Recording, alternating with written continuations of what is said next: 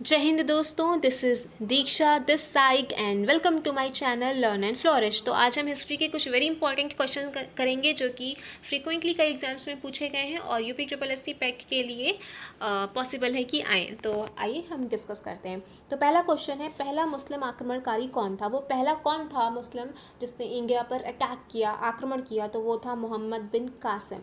Mohammad bin Qasim was the first person जिसने India पर attack किया था। और कब किया था? तो 712 में किया था।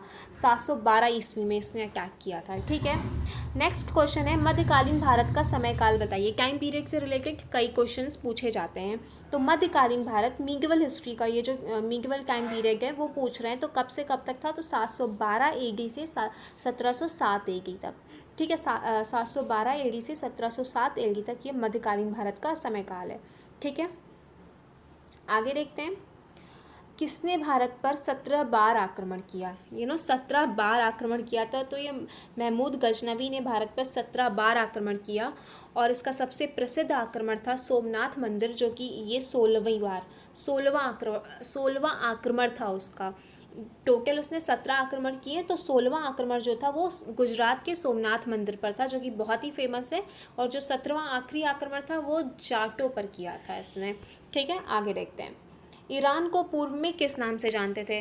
Very common question, but may be exam में ना पूछे लेकिन हमें आना चाहिए। तो ईरान को पूर्व में फारस के नाम से जानते थे। ठीक है, आगे देखते हैं, सिंध का अंतिम हिंदू राजा कौन था? जब हमने अभी ये क्वेश्चन देखा ना कि पहला मुस्लिम आक्रमणकारी कौन था, तो ये मोहम्मद बिन कासिम था। इसने 712 एडी में जब आक्रमण किया तो इसने कहाँ किया था? तो इसने सिंध पर ही आक्रमण किया था। तो सिंध पर आक्रमण किया उस समय, ये पूछे कि जब मोहम्मद बिन कासिम ने सिंध पर आक्रमण किया तो उस समय वहाँ का राजा कौन था? तो राजा दाहिर ही थे उस समय। या फिर ये क्वेश्चन ऐसे भी पूछे कि सिंध का अंतिम हिंदू राजा कौन था? तो राजा दाहिर ही थे। ठीक है, तो हमें पता होना चाहिए कि ये कब की बात हो रही है। तो राजा दाहिर उस समय थे जब सिंध पर आक्रमण हुआ। देखो नेक्स्ट क्वेश्चन, मोहम्मद बिन कासिम ने 712 ईडी में भारत के किस क्षेत्र पर आक्रमण किया? पूछ लिया ना, किस क्षेत्र पर आक्रमण किया? तो सिंध पर आक्रमण किया था। ये सिंध कहाँ है? प्रेजेंट के पाकिस्तान का निचला वाला हिस्सा सिंध बोलते हैं। अखंड भारत में तो ये पहले तो अखंड भारत का ही हिस्सा था, है ना। तो अभी वो पाकिस्तान में है विभाजन के बाद, लेकिन पहले भारत का हिस्सा था। तो भारत पर सबसे पहला मुस्लिम आक्रमण सिंध में हुआ। किसने किया? मोहम्मद बिन कासिम ने किया। कब हुआ? 712 एडी में हुआ। और उस समय वहाँ का राजा कौन था? तो राजा दाहिर थे। और वही राजा दाहिर अंतिम हिंदू राजा थे सिंध के। आगे देखते हैं, सिंध पर आक्रमण के बारे में हमें किस किताब से पता चलता है? हमें हिस्ट्री के बारे में किसी न किसी किताब, इंस्क्रिप्शन, मैन्यूस्क्रिप्ट से पता चलता है ना। ये इंस्क्रिप्शन, ये मैन्यूस्क्रिप्ट क्या होते हैं? अगर आपको नहीं पता है तो मैंने इस पर भी वीडियो बनाई हुई है, आप देख सकते हैं, clear your basic history doubts में। तो सिंध पर आक्रमण के बारे में हमें कौन सी किताब से पता चलता है? तो चचनामा इज़ अ बुक, जिससे हमें पता चलता है। इसके राइटर पूछें तो एनोनिमस, अज्ञात, हमें पता नहीं है, राइटर अपना नाम लिखना भूल गए हैं, हमें नाम नहीं पता। तो सिंध पर आक्रमण के बारे में हमें चचनामा से पता चलता है। ओके, नेक्स्ट, सोमनाथ पर आक्रमण कब हुआ? महमूद, एक मिनट, सोमनाथ पर आक्रमण कब हुआ? अभी हमने देखा था सोमनाथ पे आक्रमण के बारे में, तो इसका ईयर भी पूछा जा सकता है। तो 1026 एडी एनो डोमिनी में आक्रमण हुआ। 1026 ईस्वी कह दो या कुछ भी कह दो। अगर आपको ये टर्म्स नहीं समझ में आते हैं, क्या ये एडी क्या होता है, बीसी क्या होता है, बीसीई ये सब क्या लिखा है, सीई ये सब क्या लिखा है, अगर नहीं समझ में आता है तो मैंने इस पर एक वीडियो बनाई हुई है, clear your basic history doubts नाम से, आप जा करके उसमें देख सकते हैं। मैंने बहुत अच्छे से ये सारी चीज़ें, पूरी टाइमलाइन आपको मैंने उसमें क्लियर की हुई है। ठीक है, जस्ट अ मिनट। तो सोमनाथ पर आक्रमण कब हुआ? तो सोमनाथ पर आक्रमण हुआ 1026 एडी में हुआ। और ये कौन सा आक्रमण था गजनवी का? तो ये 16वां आक्रमण था। ये 16वां आक्रमण था। और ये सोमनाथ मंदिर कहाँ है? गुजरात में। Very common question. 2.5 दिन का झोपड़ा किसने बनवाया था? 2.5 ऐसे इमारतों से रिलेटेड क्वेश्चन आते हैं। जैसे कुतुब मीनार किसने बनवाई? तो कुतुब मीनार की नींव रखी कुतुबुद्दीन ऐबक ने, उसे पूरा किया किसी और ने, फिर उसको कंप्लीट पूरा कैंके वैंके लुक दिया किसी और ने। तो ऐसे रिलेटेड भी क्वेश्चन आते हैं। पूरा किसने किया था? इल्तुतमिश ने किया था, और उसकी मरम्मत पूरी फिरोज़ तुगलक ने कराई थी। तो 2.5 दिन का झोपड़ा भी किसने बनवाया? कुतुबुद्दीन ऐबक ने ही बनवाया। ठीक है। दिल्ली सल्तनत का समय काल क्या था? तो दिल्ली सल्तनत का समय काल 1206 से 1526 AD। ठीक है। आगे देखते हैं दिल्ली सल्तनत पर राज करने वाले वंश थे।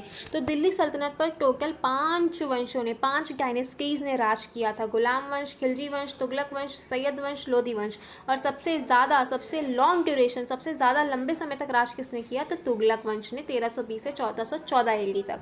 ठीक है। तो सबसे लंबे समय तक किसने राज किया? तुगलक वंश ने किया। टोटल 5 डायनेस्टीज़ ने दिल्ली सल्तनत पर राज किया था। आगे देखते हैं सजदा और पैबोस प्रथा किसने शुरू की थी? सजदा और पैबोस प्रथा बलबन ने शुरू की थी अपना दबदबा बनाने के लिए। सजदा पैबोस प्रथा क्या होती है? सजदा माने कि आप आकर के पूरा दंडवत सुल्तान को प्रणाम करें, पैबोस माने राजा का सुल्तान का पैर चूमें, समथिंग लाइक दैट, ऐसा कुछ था। ठीक है। तो ये क्यों किया भैया?